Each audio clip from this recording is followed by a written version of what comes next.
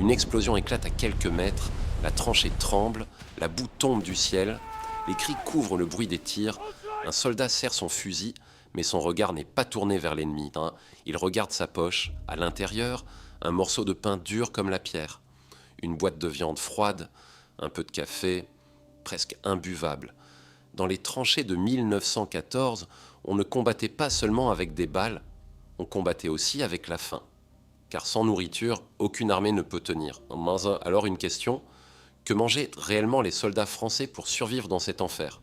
Aujourd'hui, on va découvrir les 5 aliments qui les maintenaient en vie au cœur de la guerre. Un morceau de pain tombe dans la boue de la tranchée. Il est dur, sombre, presque aussi rigide qu'une pierre. Un soldat le ramasse, souffle dessus, essuie la terre avec sa manche, puis le glisse précieusement dans sa poche. Dans les tranchées de la Première Guerre mondiale, ce simple morceau de pain représente bien plus qu'un repas. Il représente la survie. Pour les soldats français, le pain constitue la base absolue de l'alimentation quotidienne. Chaque homme reçoit une ration journalière appelée pain de troupe ou pain de guerre, distribué même lorsque les conditions sont chaotiques. Mais ce pain n'a rien du pain frais et croustillant que l'on imagine aujourd'hui. Il est dense, compact, lourd. Sa texture est volontairement sèche car il doit résister au transport, à l'humidité et au temps. Fabriqué avec une farine moins raffinée et un taux d'eau réduit, il peut se conserver plusieurs jours sans moisir, un avantage crucial dans un environnement où l'approvisionnement est incertain. Dans les tranchées, la nourriture chaude n'arrive pas toujours, les bombardements coupent les routes, la boue bloque les convois et parfois les soldats restent isolés pendant des jours. Dans ces moments-là, ce pain devient leur unique ressource. Les témoignages de l'époque racontent à quel point il est difficile à manger. Certains soldats doivent le casser avec la crosse de leur fusil pour en détacher des morceaux. D'autres le trempent longuement dans du café, du vin ou une soupe claire pour pouvoir le mâcher. Mais malgré sa dureté, il joue un rôle vital.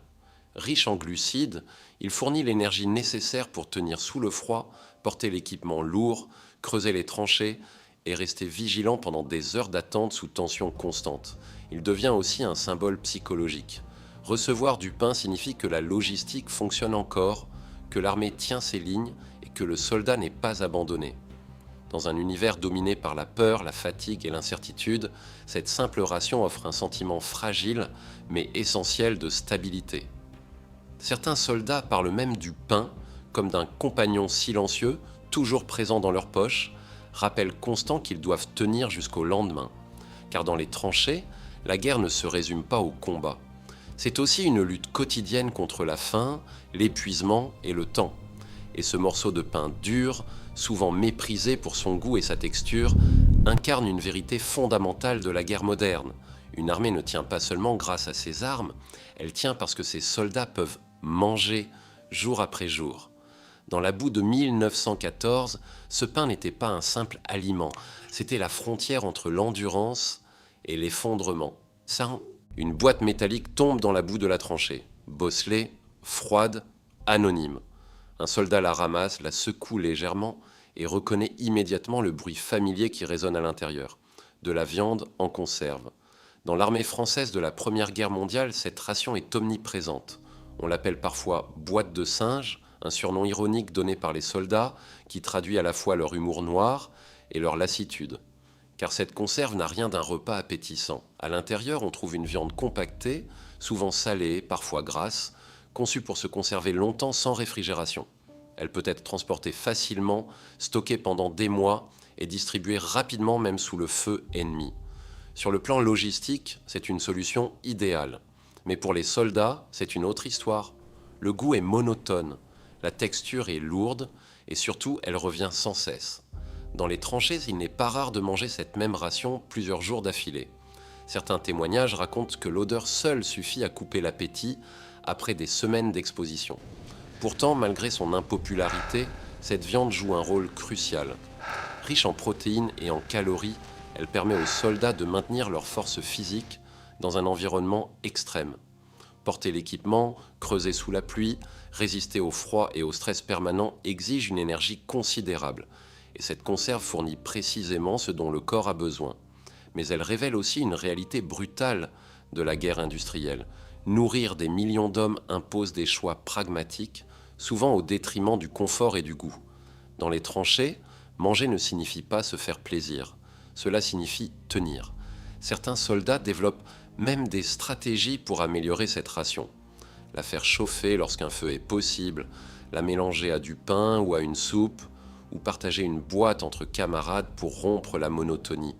Car au-delà de la nutrition, le repas devient aussi un moment social fragile, un instant où l'on peut oublier, quelques minutes seulement, la peur et le vacarme des bombardements.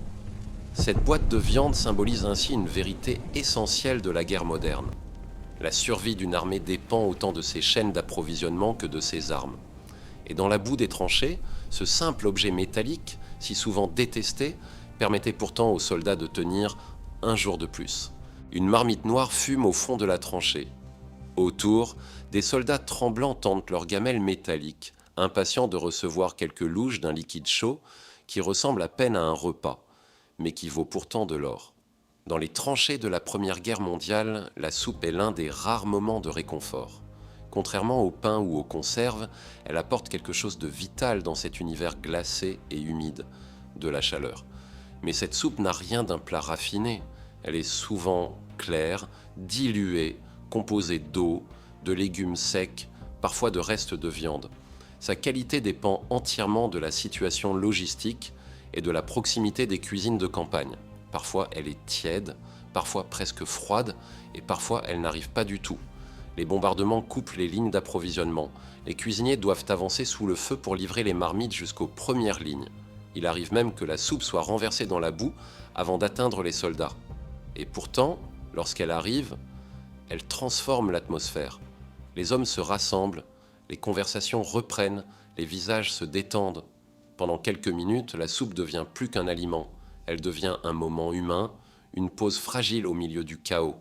Si ce type d'histoire vous permet de comprendre la guerre autrement, à travers la vie quotidienne des soldats, vous savez déjà ce qu'il vous reste à faire pour ne pas manquer les prochains épisodes. Car dans les tranchées, survivre ne dépendait pas seulement des armes ou du courage, parfois tenir un jour de plus dépendait simplement d'une chose, recevoir une louche de soupe chaude au bon moment. Une tasse métallique tremble dans les mains d'un soldat. À l'intérieur, un liquide noir, amer, presque brûlant. Il souffle doucement dessus, inspire l'odeur, et pendant quelques secondes, le vacarme de la guerre semble s'éloigner. Dans les tranchées de la Première Guerre mondiale, le café n'est pas un luxe, c'est une nécessité. Distribué régulièrement lorsque la logistique le permet, il aide les soldats à lutter contre le froid, la fatigue et les longues heures d'attente sous tension constante. La caféine maintient l'éveil, réduit la sensation d'épuisement et permet de rester vigilant, surtout pendant les gardes nocturnes. Mais le café n'est pas seul, le vin fait aussi partie intégrante des rations françaises. Chaque jour, les soldats peuvent recevoir une petite quantité de vin, parfois dilué, parfois de qualité médiocre, mais toujours très attendu. Pour l'état-major, il s'agit d'un outil stratégique, maintenir le moral des troupes. Car dans les tranchées, la guerre est aussi psychologique. Le vin réchauffe, il détend, il crée des moments de camaraderie. Autour d'une gourde partagée, les hommes parlent de leur famille, plaisantent, ou restent simplement silencieux ensemble, trouvant un répit temporaire face à la peur permanente. Ces boissons incarnent une vérité essentielle de la guerre moderne. Survivre ne dépend pas seulement de la nourriture solide.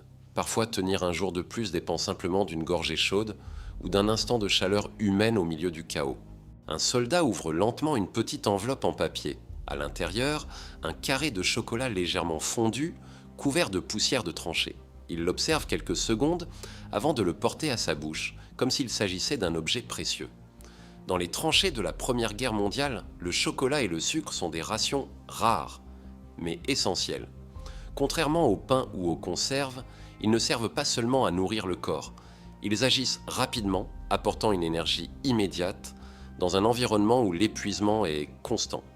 Une simple bouchée peut suffire à redonner de la force après des heures passées dans la boue, sous la pluie et sous tension permanente. Mais leur importance ne s'arrête pas là. Le chocolat possède aussi une valeur psychologique immense.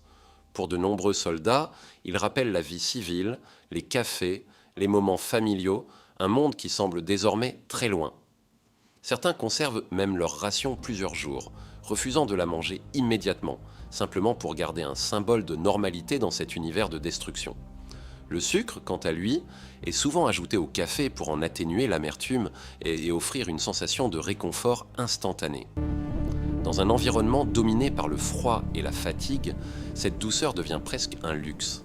Ces petites rations montrent une réalité essentielle de la guerre moderne. La survie dépend autant du moral que de la force physique. Un soldat affamé peut encore combattre, mais un soldat épuisé moralement risque de s'effondrer.